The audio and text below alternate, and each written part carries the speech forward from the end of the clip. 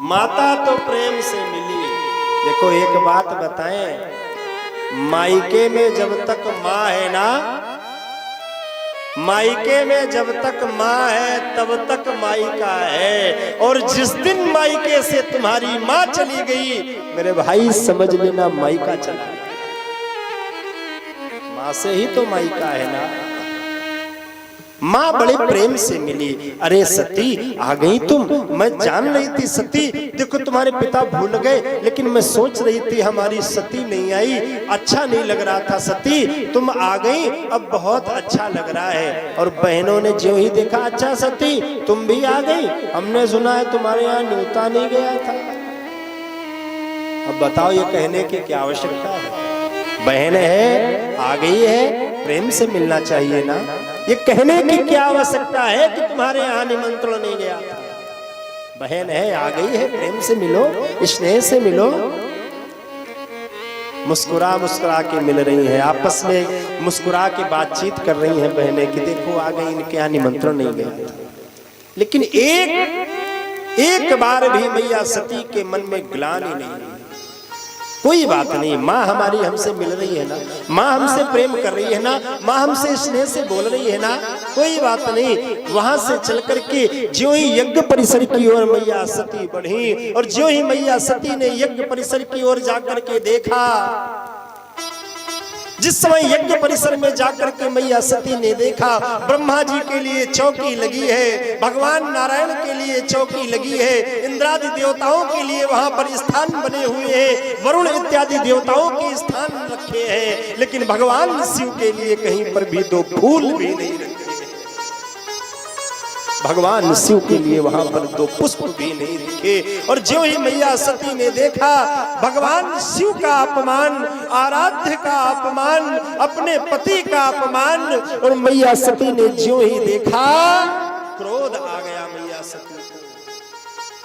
इतनी जोर क्रोध आया मैया सती को, अरे राजा दक्ष, तुमने उन शिव का अपमान किया है जो शिव कल्याणकारी है, जिनका नाम ही कल्याणकारी है, ऐसे शिव का तुमने अपमान किया है। तुम्हारे द्वारा हमें ये शरीर मिला है, और मैं अब तुमसे किसी भी प्रकार का कोई संबंध नहीं रखना चाहती हूँ। क्यों?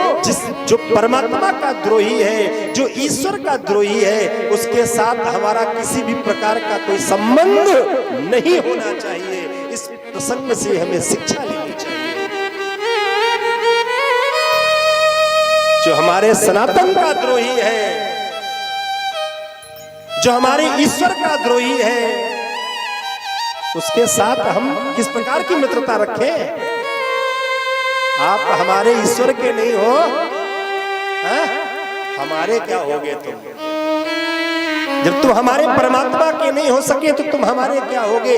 कोई भी संबंध नहीं रखना चाहिए। मैया सती कहने लगी, राजा दक्ष, तुमने इस शरीर को जन्म दिया है, इस भौतिक शरीर के तुम पिता हो, और मैं ये शरीर रखना नहीं चाहती हूँ। इतनी तेज क्रोध आया, इतनी तेज क्रोध आया।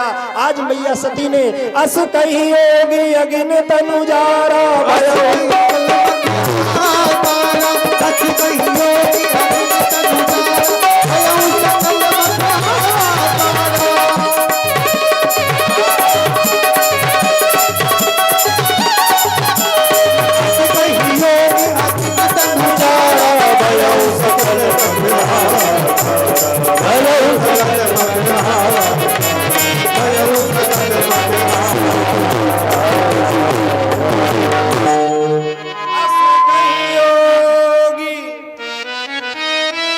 अगिन तनु जारा,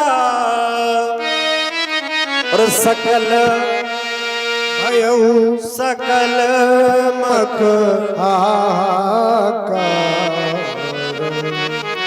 इतनी तेज क्रोध हुआ, इतनी तेज क्रोध हुआ, मैया सती ने अपने प्राणों का त्याग कर दिया। मैया सती ने क्या किया? अपने प्राणों का त्याग कर दिया। अच्छा, मैया सती ने क्या हवन कुंड में अपने शरीर को भस्म किया है? बताइए। मैया सती ने क्रोध में अपने शरीर को भस्म किया है?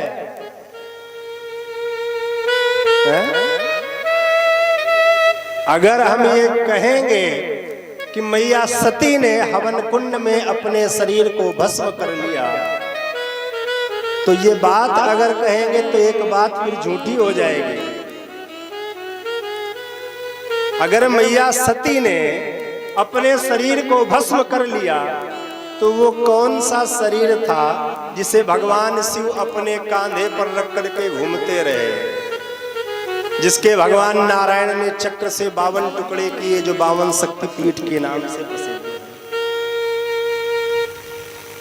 अगर ये कह दें कि भगवान शिव ने अपने शरीर, भगवान शिव का अपमान देख करके मैया सती ने अपने शरीर को भस्म कर लिया, नहीं, मैया सती ने शरीर को भस्म नहीं किया है। योगाग्नि के द्वारा मैया सती ने अपने प्राणों का त्याग कर दिया। योग अग्नि के द्वारा। हाँ, ये सामान्य अग्नि नहीं है जो हवन कुंड की अग्नि में स्वाद महाराज रोज सती हो रहे 2-4। हाँ, सामान्य अग्नि नहीं, योगाग्नि के द्वारा मैया सती ने अपने प्राणों का त्याग कर दिया। भगवान शिव को बात पता चली और ज्यों ही भगवान शिव को पता चली, क्रोध आ गया भगवान शिव को। आज उसी क्रोध में भगवान शिव ने आज जटा को पकड़ा, पृथ्वी पर पटक दिया। दक्षम सयज्ञम जय मद भटा नाम, वीरभद्र नाम के एक गण उत्पन्न हो गए। महावीरो भद्राकृत फल प्रदाता वै पुरा। और जिस समय वीरभद्र उत्पन्न हुए, आज भगवान शिव ने आदेश दिया, बोले जाओ वीरभद्र, तुम्हें हम अपनी सेना का सेनापति बना रहे हैं और तुम्हारे लिए एक आदेश है। क्या आदेश है? बोले आदेश ये है, दक्षम सयज्ञम जय मत भटा नाम, जाकर के दक्ष को उसके यज्ञ के साथ में समाप्त कर दो। और ज्यों ही कहा जाकर के दक्ष को यज्ञ के साथ में समाप्त कर दो।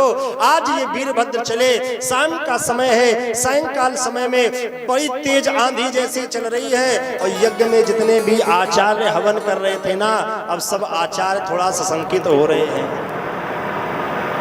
किसी ने कहा एकदम इतनी तेज हवा चल रही है, क्या वरुण देव आ रहे हैं यज्ञ में? दूसरे ने कहा नहीं नहीं, हमें तो लगता है कोई बवंडर आ रहा है।